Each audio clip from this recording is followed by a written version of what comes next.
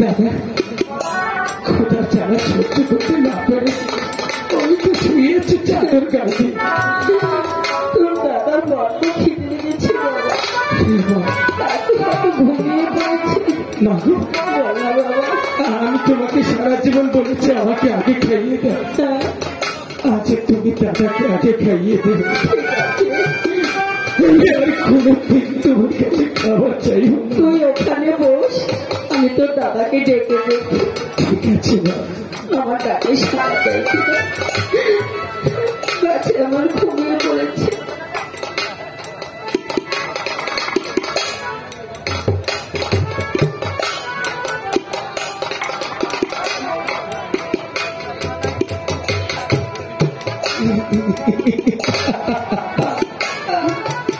গণেশ, গণেশ, দেখ তোর মা এসেছি বাবা। আমি তোর জন্য খাবার এনেছি। কার্তিক বলেছে তোকে আগে খাইয়ে দেবো, তারপরে কার্তিক খাবে। ওঠ না বাবা। গণেশ, গণেশ, কথা বল না বাবা, আমার ডাকে সাড়া দে না বাবা। গণেশ, কার্তিক কোনোদিন তোমার আমার সাথে কথা বলবে না। কেন? চিরদিনের জন্য আমাদের সাথে অভিমান করে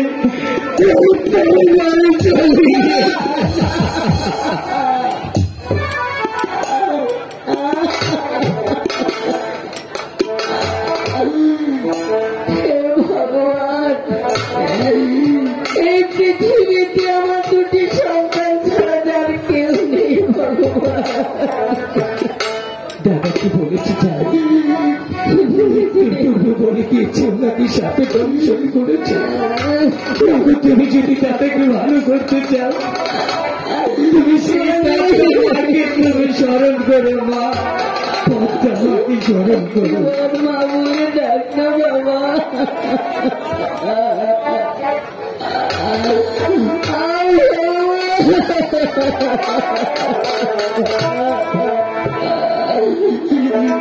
দেখি, হ্যাঁ মা, তোমাকে একটি বাটিতে দেখি,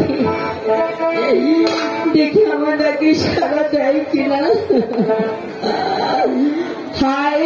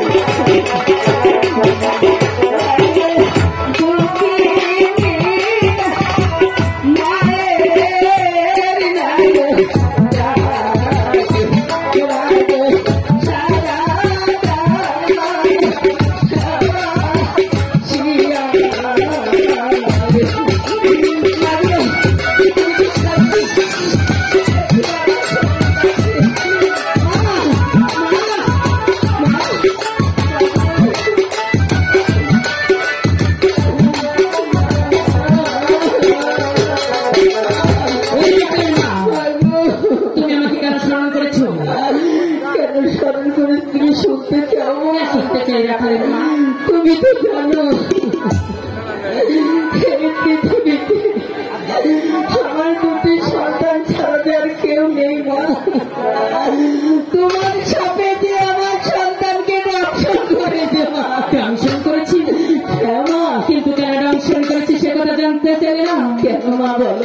শুনে রাখালের মা, যখনই আমি আমার পিতার গৃহে যাচ্ছিলাম তখনই তোমার রাখালগণ আমাকে দিয়েছে নিন্দা, করেছে তিরস্কার। আমার পিতাকে দেবতা বলে মানবে না, পুষ্পাঞ্জলি দেবে না, তাই তো আমি আমার কালো লাভ দিয়ে তাকে দর্শন করেছি। আমি তোমার দুটি পা ধরে বলছি মা, আমার ছেলেরা এমন ভুল করেছে, তুমি ক্ষমা করে দাও। ছেড়ে দাও রাখালের মা, এই পদ্মার সাথে যে বেয়াদবি করবি তার মৃত্যু ছাড়া কিছুই থাকবে না।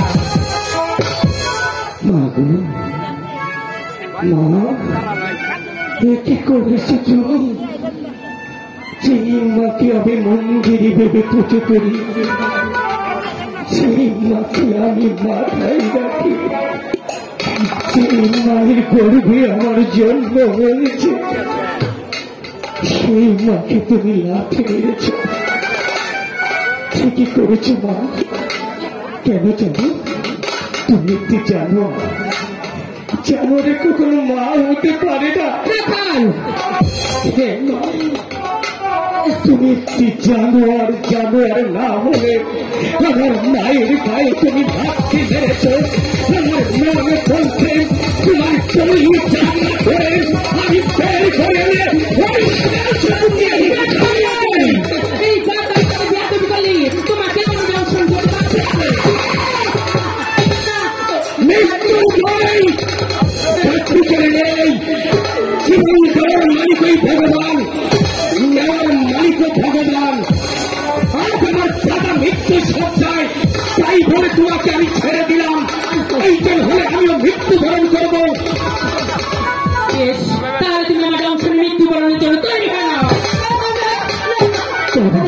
তুমি এমন কাজ করো না মা, তাহলে দেখ পৃথিবীতে আমার মতন অসহায় আর কেউ থাকবে না মা। তাহলে শান্ত হতে বলো রাখালের মা। কাকি, কাকি তুমি শান্ত হও বাবা, আমি দেখছি দাদা মাকে, আমি দেখছি বাবা, তুমি কিছু মনে করো না। ঠিক আছে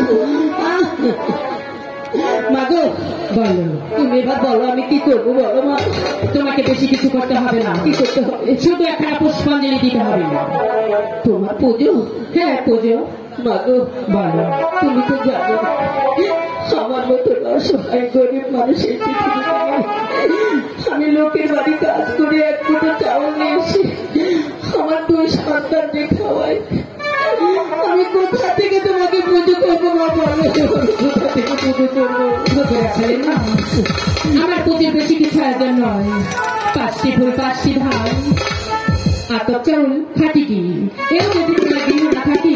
বাবু, তুমি চেয়ে দেখো, আজ কতদিনই যাবত উপবাসে, আমার তেল দেবার মতো কিছু নেই। তুমি একটি উপায় বলে দাও, সেই উপায় নেই আমি পথে চলবো। শোনো রাখালের মা, বলো এও যদি তোমার গৃহে না থাকে, প্রয়োজনে তোমার সন্তানের জন্য এই নগরে নগরে ভিক্ষা করি, সেই ভিক্ষা পুজোর আয়োজন করো। মাগো, আমি ভিত্তি করতে পারবো না মা, পারবে না? পারবো না। বেশ, তাহলে থাকো তোমার পড়া সন্তানকে নিয়ে, আমি চলে যাচ্ছি। বাবু, মাগো, তুমি যা বলবে আমি তাই করবো।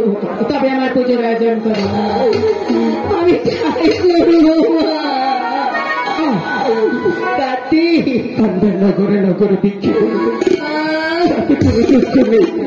তবু তাদের জীবন যদি ফিরে পায়, তখন গ্রামবাসী, আমি কার থেকে সারা জীবন তোমাদের কাছে কিছু চাইনি। আজ আমার মায়ের জন্য নয়, আমার দাদাকে ফিরে পাওয়ার জন্য আমি তোমাদের যদি হাত জড়ি করে বলি, আমাকে ভিক্ষে দাও। গ্রামবাসী, আমাকে ভিক্ষে দাও। আমি তো সন্তানের মা, আমার যে আদেশ করবে সেই আদেশে তোমার মাথা পেতে নিতে হবে।